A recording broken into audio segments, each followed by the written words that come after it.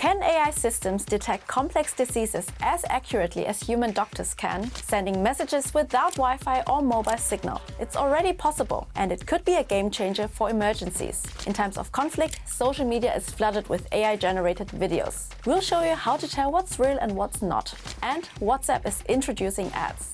What does that mean for your privacy? That's coming up now. Who do you trust more? A doctor with years of training or an AI built to diagnose diseases? AI is transforming medicine. It can detect cancer at a very early stage. It spots signs of Alzheimer's before symptoms really show. And AI models are especially good at reading medical images. But here's the big question. Can AI help with general diagnoses, like when you walk into a clinic with vague symptoms? And what does all this mean for you? Let's find out. Diagnosed by AI. Microsoft has built an AI system called MAI-DxO. They linked it to a specific medical database and OpenAI's ChatGPT-o3. That's an advanced reasoning model. What does that mean? The AI doesn't just offer the most likely answer like other models would. It tries to solve problems step by step using logic and evidence to solve complex tasks. To test it, Microsoft generated medical cases based on different patients' real data. Each case came with a set of symptoms. The AI could even order extra tests, fictional but medically accurate, to confirm or rule out a diagnosis. Microsoft says the AI solved 8 out of 10 cases. When real doctors were given the case studies without any help, no books, no colleagues, no AI, their answers were only right in 2 out of the 10 cases. What's important, a peer review where other experts evaluate the research is still pending for this study. Still, Mustafa Suleyman, head of Microsoft's AI unit, says these systems could be nearly error-free in a couple of years. He says this will massively relieve health systems all over the world. So, could AI be smarter than your doctor?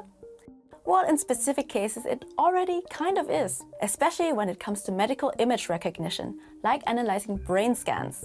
It can also save costs. According to Microsoft, MAI-DxO was better than doctors at picking the right tests for diagnosis. Fewer unnecessary ones means more efficient care. But, and this is important, the company says there's no way AI could replace doctors. Why? Because medicine is not just about data. Still, many experts believe AI will reshape healthcare. It could personalize treatments and speed up drug development. It could even help you manage your care routine, monitor drug intake, and check vitals, for example. So, we can all probably benefit from medical AI in the near future. Turning to ChatGPT for medical advice? Even though ChatGPT-o3 was part of Microsoft's AI setup, you should never rely on a general chatbot for medical advice. Here are 5 reasons why. A chatbot doesn't know your full medical history. It can't give advice that's truly personal or accurate in your situation.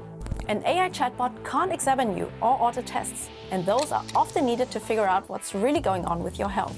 Sometimes it gives wrong or outdated information. That's because it's just pulling from the data that it was trained on, and not real-time medical data. An AI chatbot can sound confident even when it's wrong. That might make you trust advice that could actually be harmful. Last but not least, AI is not a doctor. Real doctors use years of training and hands-on experience, while a chatbot is just a tool meant to help with general information. It's not meant to replace professional care. You've probably used Bluetooth lately, maybe right now to watch this video with your headphones on. But did you know you can use Bluetooth to send messages? No Wi-Fi, no cell signal, just Bluetooth. Jack Dorsey, the Twitter co-founder, presented an app for that. Here's how it works and what it can do for you. Jack Dorsey's Bluetooth messaging app is called BitChat. The idea of chatting with people nearby via Bluetooth isn't new. Simply put, your message hops from one phone to the next until it reaches the person you're trying to reach. That's called a mesh network. We'll get more into the tech behind it later. But first, why would you even want this?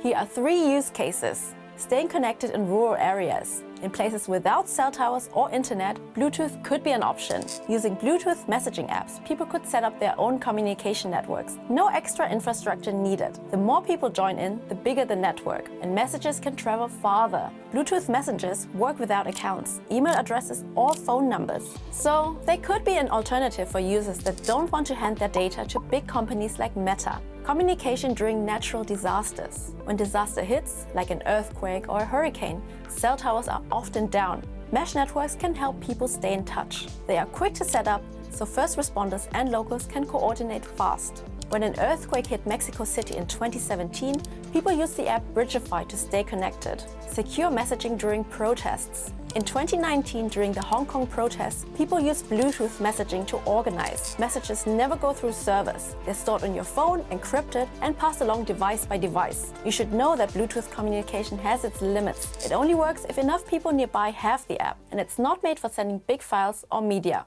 So, how exactly does the tech work?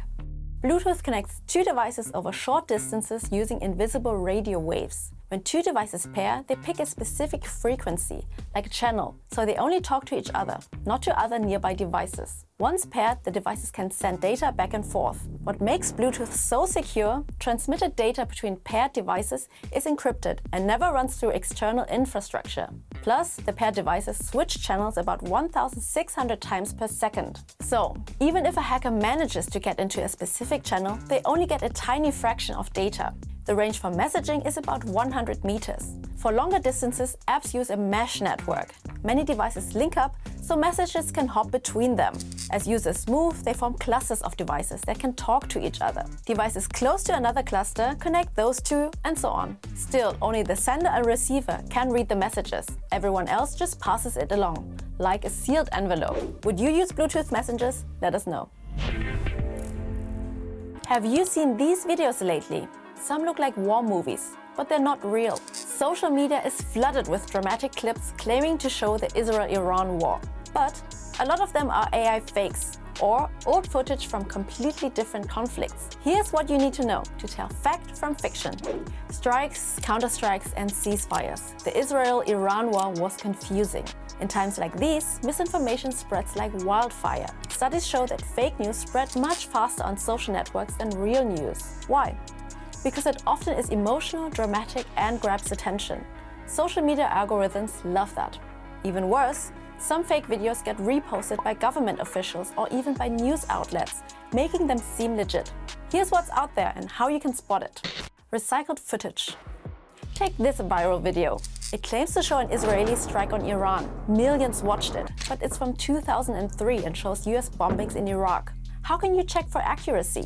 Look at the comments. Sometimes people point out that it's fake, but be careful. Trolls also post lies to confuse you. The safer bet is a reverse image search. Grab a frame from the video and see if it pops up elsewhere. In this case, a reverse image search leads to an old CNN report. Tools like Invid can help. It's a free browser extension that checks videos for clues like metadata, early uploads, or comments. But what if videos and images are fully AI generated?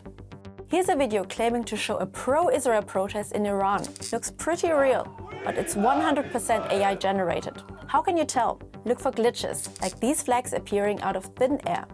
These two people merging into one, or this Iranian flag showing blue where it should be green. Also, check for tags or watermarks. Some videos might have an AI tag in the caption. The video was published by a TikToker that works with AI, but others shared it as if it was real. In the case of this similar video claiming to show a protest in Tel Aviv, a watermark from the video generator used to create it is visible. And be suspicious of short clips of 8 to 10 seconds. That's the limit for most AI video generators right now. When it comes to images, check for weird details, like a guy blending into rubble or people taller than cars. However, AI videos have dramatically improved in recent months. So don't expect easy giveaways like hands with 6 fingers any longer. Some people ask chatbots to fact check, but does that work? Remember this old video of US bombings in 2003 that we saw earlier? A user asked Grok, X's AI chatbot, what the video shows. Grok's answer, it shows Iranian missile strikes on Tel Aviv on June 16, 2025. That's quite typical for an AI chatbot. Studies show chatbots are notoriously bad at conveying news accurately. Why? They are designed to please users, to keep them engaged. So if they don't know an answer, they would just make up something and present it with confidence. Chatbots don't fact-check. They grab info online, real or fake, and feed it back to you. So stay on top of it. If you think something's off, don't share it right away. Ads, they're everywhere. In your search results, your inbox, right at the cliffhanger of your favorite movie. And now, inside your private messages? Companies spent nearly $800 billion, or more than 680 billion euros, on digital ads last year. just to reach you. Meta, for example, made a lot of money this way. In 2024, ads brought in more than 160 billion US dollars, which is roughly 135 billion euros. So your attention is worth a lot. Now they're bringing ads to WhatsApp, the app you use to chat with your mom or your friends. Would that ruin the world's most popular messenger? And what does it mean for your privacy? Let's break it down. Ads on WhatsApp. How does it work? First things first, your private chats will not be spammed with ads. For now, ads will show up in the Update tab. You can find it right here at the bottom left of the home screen. The ads will work like the ones in Instagram stories, placed between status updates from people and channels you follow. Additionally, Meta offers creators the possibility to charge for exclusive content. Eventually, Meta plans to take a 10% cut of those subscriptions. So far, that doesn't sound too intrusive. But what about your data? Well, Meta does not have the best track record with user privacy, to put it mildly. That's especially concerning when it comes to private chats. Meta says your private and group chats stay encrypted. They can't read your messages to gain information for targeted ads. But they can use your location, language, and how you interact with business channels. Plus, if you've linked WhatsApp to Facebook or Instagram, they use that data too. This might look like a fair deal. After all, WhatsApp is free, right? But privacy experts are sounding the alarm. The info they can access is enough to track and profile you. If the WhatsApp data is combined with data Meta has collected elsewhere, it likely paints a detailed picture of you, perfect for monetization. The experts advise: don't link your accounts, no matter how convenient it seems. Apart from that, are ads ruining apps? Surveys show most people are annoyed, but only a few would be willing to pay for ad-free services. A 2023 study revealed that only 18% of US citizens would pay for ad-free versions of Facebook or Instagram. Maybe we've just learned to ignore ads. There's even a name for it: banner blindness. And many use ad blockers to fight back. Ads on WhatsApp might not feel disruptive at the start, but some say this is just the beginning of a bigger shift for the Messenger platform, and that there could be more changes coming for its roughly 3 billion monthly users worldwide. Fun fact, WhatsApp founders Jan Koum and Brian Acton are strongly against ads, but now Meta's in charge. So, what do you think? Will ads push you away from WhatsApp, or are you fine with it as long as the app stays free?